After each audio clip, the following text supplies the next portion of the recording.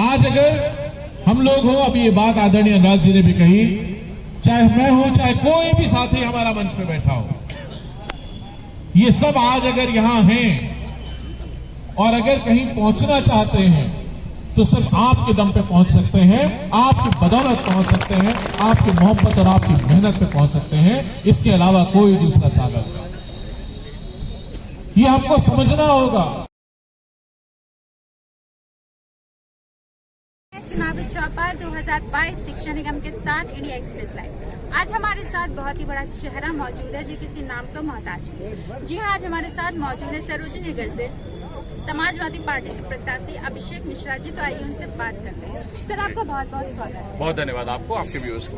Sir, मैं आपसे ये जानना चाहती हूँ कि अगर समाजवादी पार्टी की सरकार बनती है तो क्या आप क्या क्या मुद्दों को लेकर जनता के बीच में आएंगे? समाजवादी पार्टी की सरकार लोगों के हर तरीके से मदद करने के लिए काम करेगी, उत्तर प्रदेश को बढ़ाने के लिए काम करेगी, शिक्षा को उचित व्यवस्था बनाने की, जीडीपी पे कंट्रीब्यूशन बढ़ाने की, जीडीपी में जितना परसेंटेज हम करते हैं शिक्षा पे खर्च उसको बढ़ाने की, स्वास्थ्य की व्यवस्था पे हमारा बजट आउटले बढ़ाने का काम करेगी, सुरक्षा के लिए उसका बजट व्यवस्था बनाने का काम करेगी। जहां जैसे सरोजनी नगर में जो प्रमुख मान लो बाजारें हैं या सरोजनी नगर में जो आपके बच्चियों और बेटियों के स्कूल हैं, कॉलेजेस हैं, उनके पास सीसीटीवी कैमरा की व्यवस्था हम करेंगे जिससे कि उनकी सुरक्षा के इंश्योर किया जा सके। हम लोग सड़कों पे आज 5 साल में एक भी सड़क भारतीय जनता पार्टी ने सरोजनी नगर में नहीं बनाई।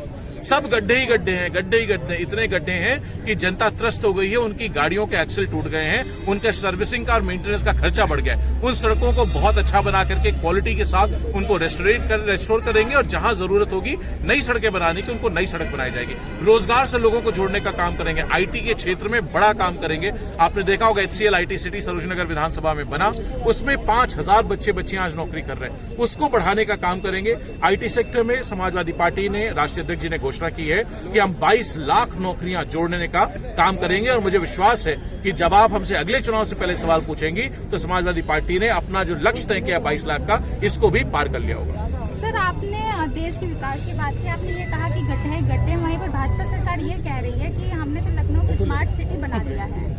अब सच्चाई आप देख लो, आओ मैं चलता हूँ, आप दाएं देख लो, बाएं देख लो, आगे देख लो, पीछे देख लो, सड़क पे देख लीजिए। सड़क पे आपको गड्ढे अगर न दिखे तो आप मान जाना है बात। देखिए, भारतीय जनता पार्टी का सच में नाम होना चाहिए तो भारतीय झूठ बोलना, सिर्फ झूठ बोलना जानते हैं। इन्होंने कहा था 2 करोड़ नौकरियां देंगे, नहीं दी। इन्होंने कहा था कि महंगाई कम करेंगे, महंगाई कई गुना बढ़ा दी। किसानों की आय बढ़ाने की बात करते थे, किसानों की जमीन हड़पने की साजिश की इन्होंने।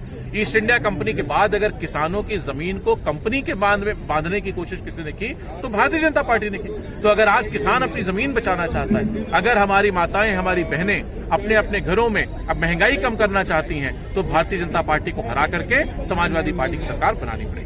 समाजवादी पार्टी जिंदाबाद जिंदाबाद, अखिलेश यादव जिंदाबाद जिंदाबाद, अखिलेश यादव से मिश्रा जिंदाबाद, समाजवादी पार्टी जिंदाबाद जिंदाबाद। सर, आप प्रोफेसर भी हैं, तो मैं आपसे, आपने शिक्षा के बारे में भी बात करी, तो मैं आपसे ये जानना चाहती हूँ कि शिक्षा के क्षेत्र में आप क्या विकास करेंगे? देखिए, शिक्षा में आपने रोजगार की बात करी और युवा बहुत परेशान है।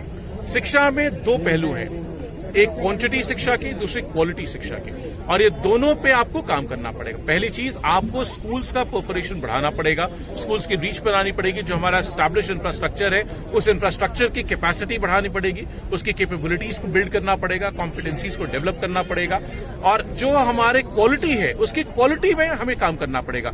उसके लिए सबसे पहला काम होगा ट्रेन द ट्रेनर्स प्रोग्राम। हमारे जो शिक्षक हैं, जो हमारे टीचर्स हैं, जो हमारे गुरु हैं, जो हमारे प्रोफेसर्स हैं, उनका एक ट्रेन द ट्रेनिंग प्रोग्राम, एक विस्तृत बहुत बड़े स्केल पे पूरे उत्तर प्रदेश में समाजवादी पार्टी अंडरटेक करेगी, जिसमें हम अपने शिक्षकों की ट्रेनिंग को रिवाइज कर सकें। जिन्होंने मान लीजिए जिन्होंने 10 साल पहले, 15 साल पहले, 20 साल पहले उस पर काम किया था, तो उनको और जो आगे की नई स्किल सीखना चाहते होंगे उनसे पूछ करके, उनकी सहमति लेकर के, उनको आगे ट्रेनिंग से जोड़ करके, उनकी स्किल्स का अपग्रेडेशन करके उनको बढ़ाने का काम करेगी, जिससे कि जब हमारा शिक्षक अच्छा हो जाएगा उसमें इन्वेस्टमेंट करने की जरूरत पड़ेगी, सरकार करेगी, उसमें जो भी फैसिलिटीज देनी पड़ेगी उनको फैसिलिटीज देंगे।